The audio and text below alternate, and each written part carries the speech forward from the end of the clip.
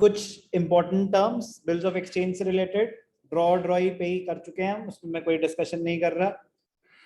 Term of a bill, term, tenure, क्या होता है इसका मतलब? The period intervening between the date on which a bill is drawn, किस दिन आपने बिल बनाया, and that on which it becomes due is called the term of the bill. आपने बिल किस दिन बनाया और उसकी ड्यू डेट, उन दोनों के बीच में जो गैप है उसको बोलते हैं टर्म और tenure of the bill. If a bill, important point है काफी ज्यादा, if a bill is drawn after sight, if a bill is drawn after sight, the term of the bill begins to run from the date of citing, that is when the bill is accepted. Bill after sight, after site का मतलब होता है मैंने आपको 1 अप्रैल को bill बना के भेजा, आपको मिला ही 5 अप्रैल को, तो अगर आपने एक्सेप्ट कर भी लिया तो टाइम पीरियड कब से शुरू होगा? 1 अप्रैल या 5 अप्रैल। अगर बिल आफ्टर साइट है तो 5 अप्रैल से, कि जब आपने देखा, जब आपने एक्सेप्ट किया उस दिन से। अगर बिल आफ्टर साइट नहीं है, कुछ नहीं लिखा, नॉर्मल है बिल, तो 1 अप्रैल को मैंने आपको बिल भेजा, आपको 3rd को मिला या 5th को मिला, मुझे उससे कोई लेना देना नहीं है, 1st से टाइम पीरियड शुरू हो चुका है। वैलिडिटी तभी होगी जब आप साइन कर दोगे, बट टेन्योर 1st से ही शुरू हो चुका हो। तो ये था bill after sight, after sight. अगर है when the bill is after date, अगर लिखा है bill after date, the term of the bill begins to run from the date of drawing the bill, जिस दिन बिल बनाया उसी दिन से। अगर है bill after date, after sight है, आफ्टर साइट मतलब जब तक ड्रॉई उसको एक्सेप्ट नहीं करता टाइम पीरियड स्टार्ट नहीं होगा। क्या है meaning? Term of the bill. Due date, due date is the date on which the payment of the bill is due for payment. Days of grace, very important. Days of grace, 3 days of grace extra दिए जाते हैं। Days of grace are the 3 extra days added to the period of the bill.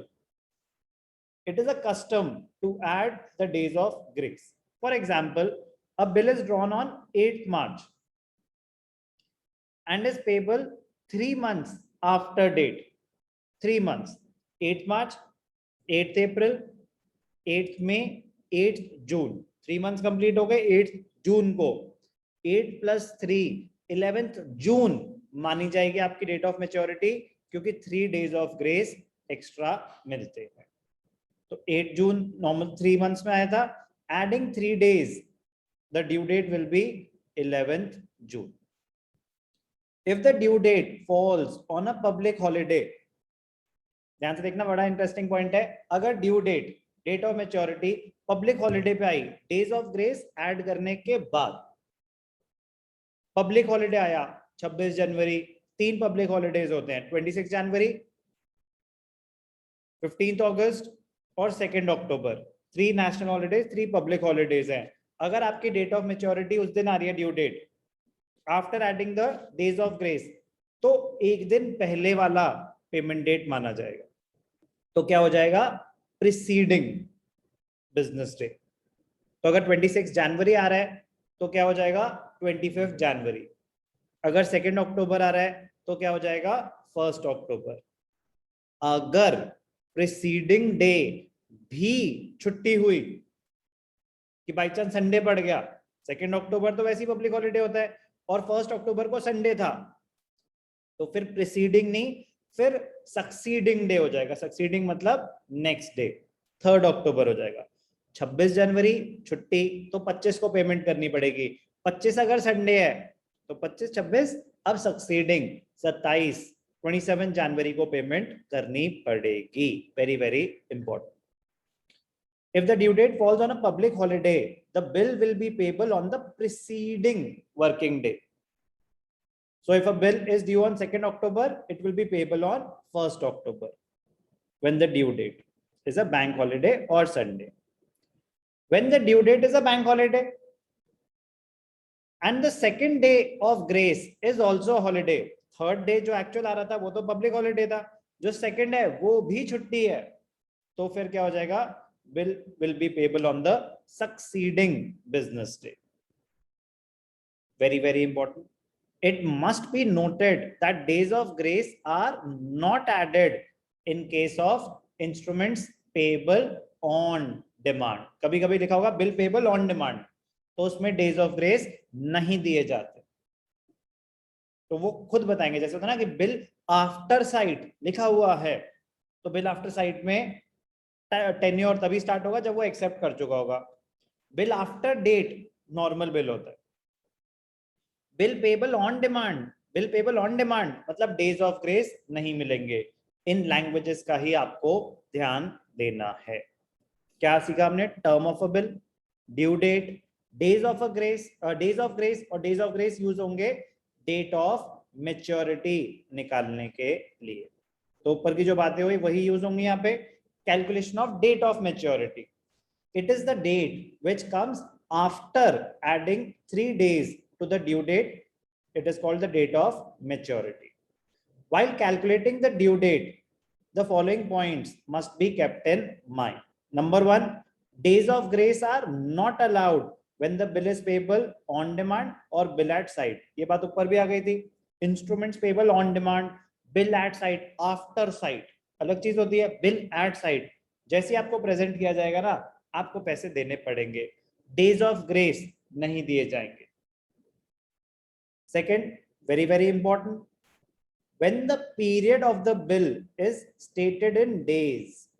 एक होता ना कि tenure क्या है, 1 month, 2 month, 3 months, 60 days, 90 days, 45 days. When the period is mentioned in days, the calculation will also be done in days.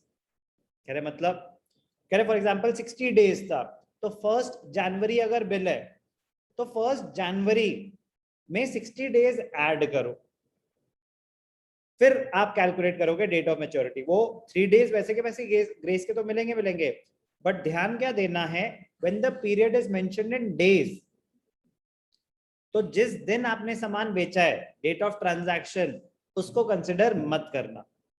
तो अगर 1 जनवरी को मैंने आपको बिल बना के दिया है, 1 जनवरी को भूल जाओ. अब जनवरी में कितने दिन बचे? 30 डेज. फिर फरवरी में अगर लीप ईयर नहीं है तो 28 डेज, 58 हो गए. फिर मार्च 1 और 2, अब जाके 60 डेज हुए हैं.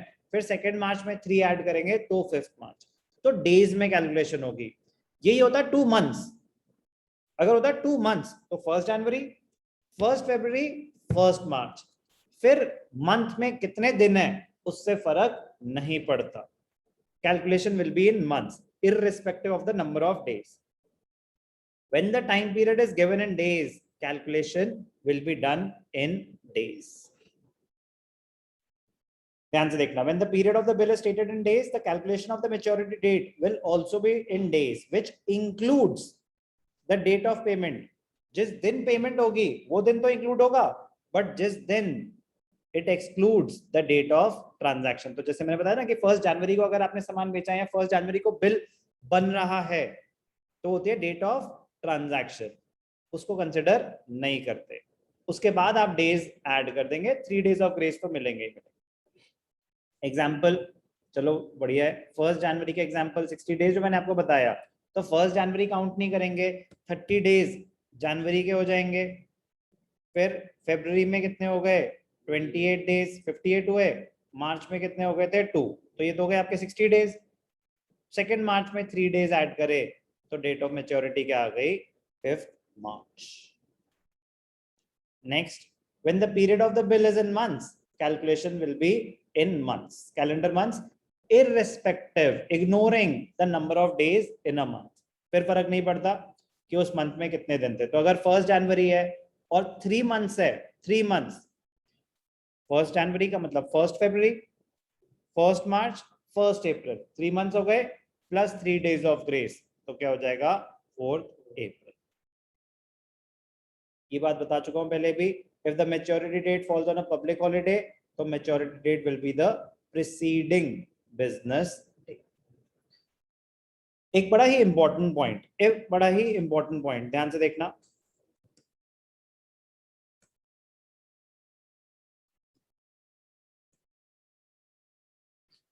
very very important point. If the maturity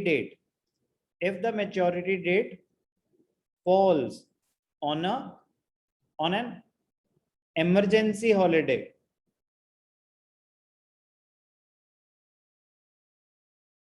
एक तो होता है पब्लिक हॉलिडे जो पहले से पता होता है कि छुट्टी है, तो पहले से पता है तो आप उससे एक दिन पहले पेमेंट कर दो।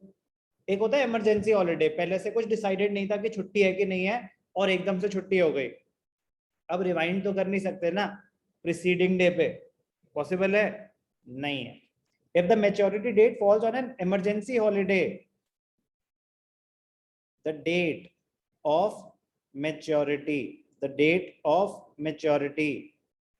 will be the succeeding day. Succeeding का मतलब होता है next day. Logical? तो पब्लिक हॉलिडे में प्रीसीडिंग छुट्टी हो तो वैसे ही सक्सीडिंग, वो बात तो बता ही चुके थे। अगर डेट ऑफ मैच्योरिटी किसी छुट्टी वाले दिन पड़ गई और वो इमरजेंसी हॉलिडे था, पब्लिक हॉलिडे नहीं था, तो भी क्या होगा, सक्सीडिंग डे हो जाएगा डेट ऑफ मैच्योरिटी। बहुत ही इंपॉर्टेंट टर्म्स हैं, term of a bill, due date, days of grace, date of maturity, सब इंटर रिलेटेड टर्म्स है। तो ध्यान से देखना, इस पे क्वेश्चन करके दिखाता हूं। बहुत ही ज्यादा स्कोरिंग, बहुत ही इंपॉर्टेंट।